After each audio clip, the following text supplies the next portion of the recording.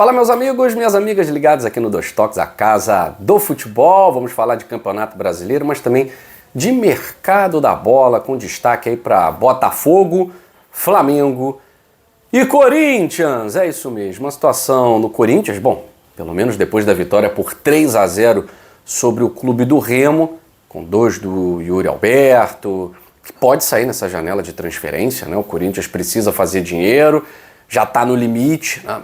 E o Yuri Alberto é, obviamente, um dos nomes mais cobiçados dessa janela de transferências europeia. Só que o Corinthians vive um impasse pelo seu grande nome, né? Memphis Depay. Ele e o Yuri Alberto, os dois grandes nomes das conquistas do Corinthians, do ano passado a Copa do Brasil, esse ano o Corinthians levou aí a Supercopa Rei do Brasil, mas principalmente na Copa do Brasil, Memphis e Yuri Alberto foram providenciais.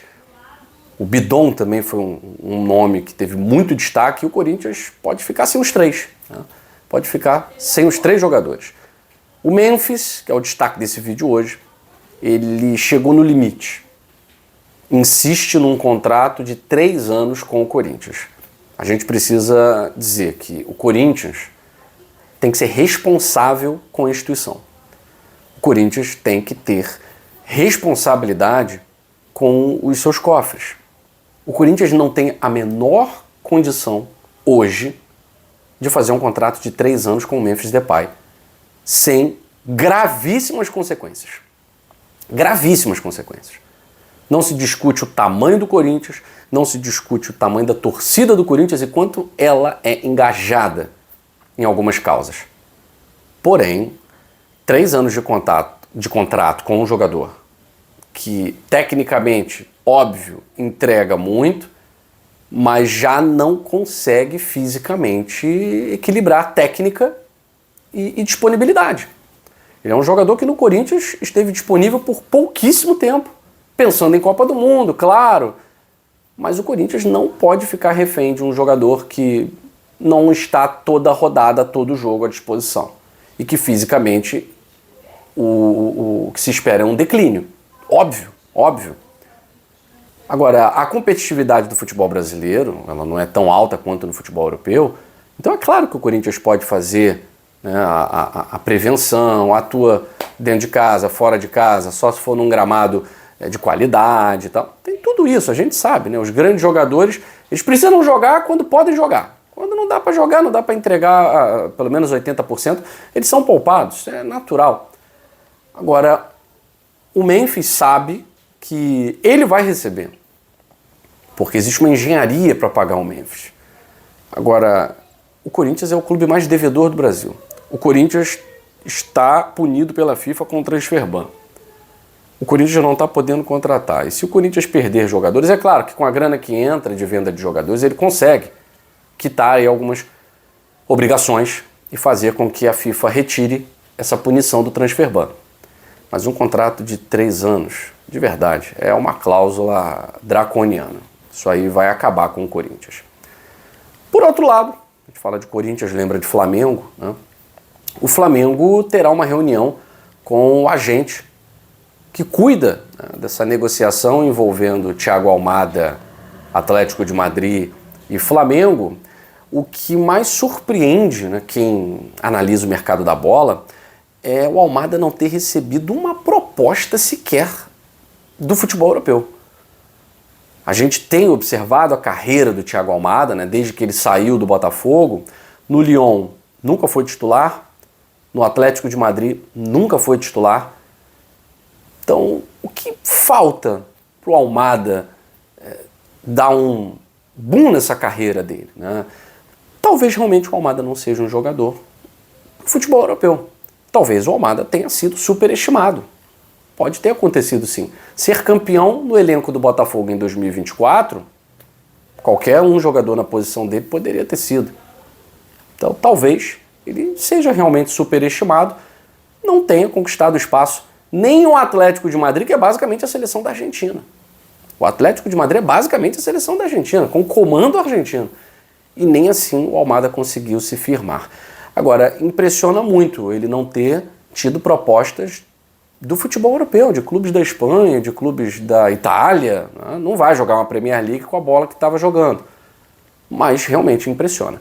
E aí o Almada, que saiu do futebol brasileiro desprezando tanto o futebol sul-americano, né? Não, quero ir para a Europa, tá? Parece que vai dar um passo para trás na carreira. Vai ter que voltar a jogar no futebol sul-americano. Porque no momento só tem propostas do River Plate e do Flamengo. E aí o agente do Almada vem ao Rio de Janeiro para ouvir o projeto do José Boto, o que o Flamengo pode oferecer. É claro, por que a negociação não está sacramentada? Se você lê que está sacramentada em qualquer lugar, eu estou te garantindo que é fake news, tá? Por quê? Porque nós temos contato direto com um dos agentes, com um dos intermediários aqui no Brasil da carreira do Thiago Almada, que fez a ponte com o Botafogo. E o empresário, um dos empresários, né, um dos agentes dessa negociação, vem ao Rio de Janeiro conversar com o José Boto, exatamente para tentar destravar aquela cláusula, aquela situação da farpelinha dos empresários. Então, se fosse para resolver tudo, ninguém precisa conversar pessoalmente para resolver, não, gente. Uma negociação que está cristalina, que está clara, valores são esses, ok, o Atlético de Madrid achou os valores ok? Ok. Então, ó, tudo certo, assina, passa por e-mail, escaneou, beleza, tal, gov.com.br, então, acabou. Mas, por que a negociação ainda não está sacramentada? O agente do Almada também quer ganhar tempo. Há uma esperança do Thiago Almada de não sair do futebol europeu. Óbvio, né? Há uma esperança de ele permanecer no futebol europeu, que é a vontade dele e de todo mundo. Mas o Atlético de Madrid não tem o Almada como prioridade, então você continuar num clube não sendo prioridade, não tendo minutagem, isso prejudica a carreira porque o seu valor de mercado vai lá para baixo, né? E o agente quer conversar com o José Boto para saber, é verdade o que o Bapo falou? Cascalho dos agentes, cascalho dos intermediários, cascalhinho dos empresários, não vai rolar? É isso mesmo? E aí depois ele vai, obviamente, conversar com o River Plate para saber. E aí, como é que vai ser o pagamento dos empresários e tal? Quem tiver a situação menos pior vai levar o Thiago Almada. O Flamengo está à frente nesse momento, porque nesse momento não tem proposta do futebol europeu. Não tem. Ah, tem da Rússia. O jogador não quer jogar no futebol russo. Tem do mundo árabe. O atleta não quer jogar no mundo árabe. Até porque o Almada sabe que também, se brilhar no River Plate ou brilhar no Flamengo, ele pode voltar a chamar a atenção do futebol europeu. E aí, o Almada é daqueles jogadores que, obviamente, vai querer voltar para o futebol europeu, e o Flamengo é daqueles times que vai vender o jogador querendo ganhar uma farpela grande. Né? Então, é negócio tanto para o River quanto para o Flamengo.